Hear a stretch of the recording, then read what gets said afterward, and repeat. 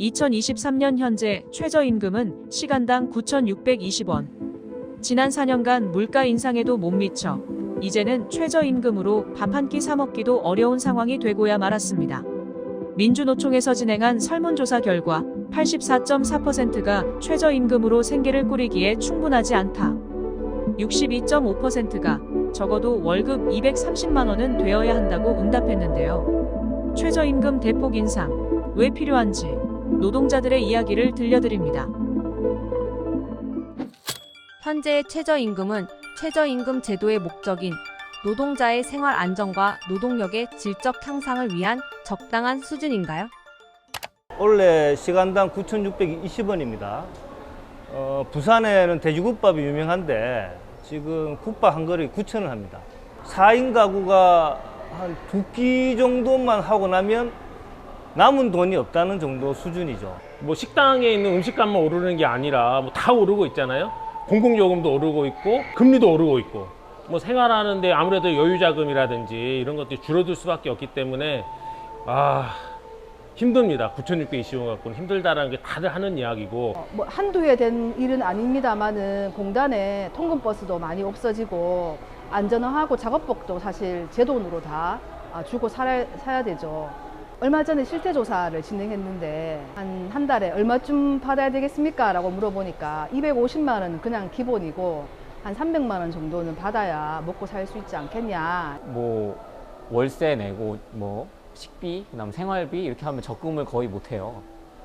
적금을 못 하다 보니까 뭐 결혼이라든지 이후에 뭐 아이를 낳아서 양육을 한다 이런 고민도 사실 해본 적이 없고. 이렇게 시내 가서 시민들을 만나보면 이거 갖고 세상을 어떻게 살아야 니들이 한번 살아봐라 이렇게 말씀을 하시거든요. 살아가는 가장 기본적으로 필요한 그 정도 수준도 안 된다. 최저임금을 대폭 인상해야 하는 이유는 무엇인가요? 저는 경기도 안산시와 경기도 시흥시에 있는 반월 시야공단에서 활동하고 있습니다. 한 개 사업체당 한 10명에서 15명 정도 일하는 아주 소규모 사업장의 노동자들이 이제 밀집해 있는 곳이고요.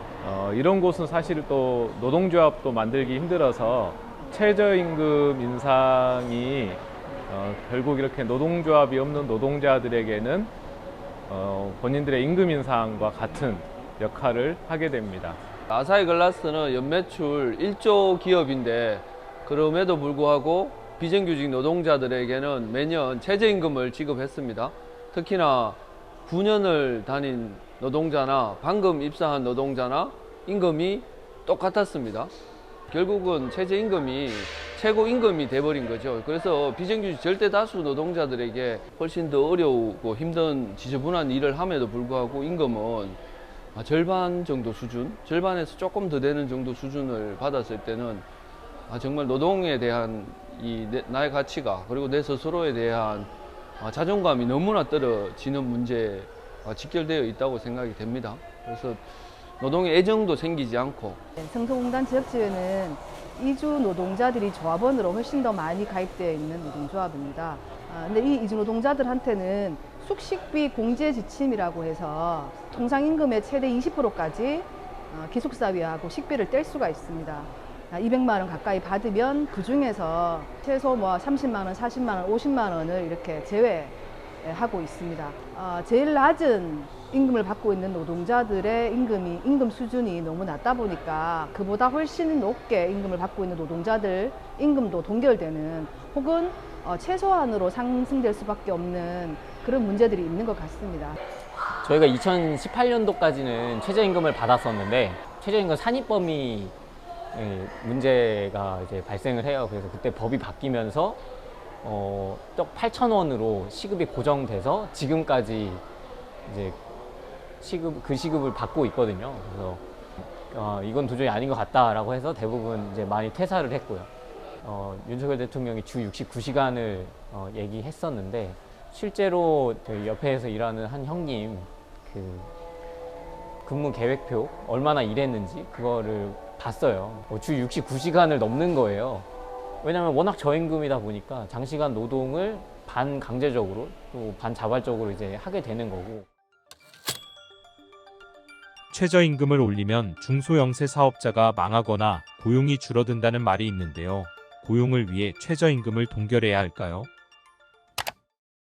지금까지 항상 최저임금 인상 얘기가 나올 때마다 그걸 프레임으로 짜서 항상 그걸 주장하더라고요. 근데 실질적으로 사람이 돈이 있어야 돈을 쓸 수 있는 겁니다. 최저임금이 올라가면 내가 받는 임금이 그만큼 올라가기 때문에 내가 지출할 수 있는 여력이 생기는 겁니다. 그래서 밖에서 그걸 쓰게 되고 그게 선순환처럼 회전이 돼야 경기도 살아나고 자영업자들도 많은 이익을 추구할 수 있고 그렇게 되는 거거든요. 일단 내가 쓸 돈이 없는데 밖에 가서 지출을 할 수가 없잖아요. 최저임금은 최저임금 고유의 그 역할들이 있기 때문에 노동자들의 생활 안정을 위해서 최저임금 인상이 돼야 되고, 그리고 그런 이제 소상공인들이나 소규모 사업장의 사용자들, 그다음 그 사업장을 지원하기 위한 정책들은 사실은 정부가 또 별도로 지원을 좀 해야 된다라고 봅니다. 이것을 하나로 묶어서 그 을들끼리 싸우게 만드는 그 정부 정책에 대해서는 굉장히 비판적이고 반대하고요. 그 금융감독원이 올해 발표한 내용이 있습니다. 재벌 총수 20명, 22, 배당금만 해서 8천억이 넘어갑니다. 근데 중위소득자가 받아가는 돈이 2,600만 원입니다. 1년 동안 벌어가는 돈이 반수 이상 2,600만 원도 못 받아간다는 통계거든요. 이 우리 사회 이제 불평등 구조를 단적으로 보여주고 있는 것이다라고 좀 보여지고요. 저는 이것 때문에 최저임금 인상 때문에 뭐 경제가 어려워지고 뭐 중소기업이 어려워지고 이런 거 다 거짓말이다라고 생각을 해요. 실제로 문재인 정부 때 16% 가까이 임금이 올라가고 난 뒤에 회사 문 닫는 회사는 거의 없었죠. 오히려 이 구조적인 문제가 어디서 발생됐는지 우리가 확인을 했다고 생각을 합니다. 사실은 임대료 때문이고 대기업의 행포 때문이고 라는 것을 알게 되었습니다.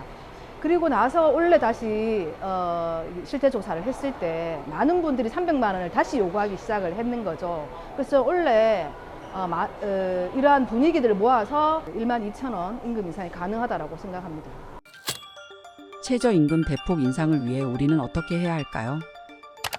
최저임금 문제를 최저임금 받고 있는 노동자들, 사각지대에 있는 노동자들을 위해서 도와주는 것이 아니라 이게 우리의 문제다, 내 문제다라고 인식하는 것이 저는 제일 중요하다고 생각해요. 비록 내가 우리 회사에 노조가 없어서 이런 역할들을 못하지만 사실은 이제 밖에서 최저임금 인상을 위해서 열심히 일하는 노력하는 사람들을 좀 지지하고 응원하시고, 그리고 한마디라도 더 보태주시고 그런 관심을 가져주시는 게 곧 나의 최저임금, 나의 임금을 인상시키는 일이라고 생각하시고 함께 응원하고 지지해 주셨으면 고맙겠습니다.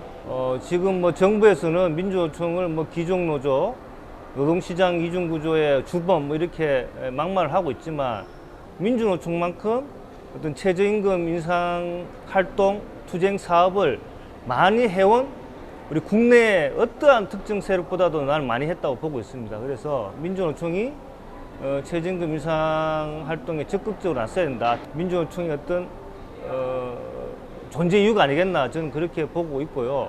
전체 조합원이 어떤 최저임금 인상의 작은 실천, 뭐 서명운동이면 서명, 유튜브든 뭐 SNS에 댓글 달기라든 하여튼 이 작은 실천부터 하는 것이 중요하지 않겠나 보고 있습니다.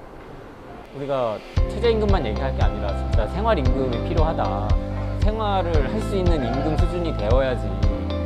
우리가 단지 그냥 입에 풀칠하고 오늘 하루 먹고 살려고 사는 게 아니잖아요. 정말 인간답게 살려고 사는 거고 미래를 꿈꿀 수 있는 그런 임금이 되어야 된다. 최저임금 대폭 인상 우리 속으로 쟁취하자. 이대로는 못 살겠다. 최저임금 대폭 인상하라. 투쟁! 최저임금 인상하여 인간답게 살아보자. 투쟁! 높은 노동자 앞장서서 최저임금 인상하자. 투쟁! 물가 올라 못 살겠다. 최저임금 대폭 인상하라. 투쟁! 공공요금 낮추고 최저임금 대폭 인상 투쟁! 최저임금 인상으로 인간답게 살아보자. 투쟁!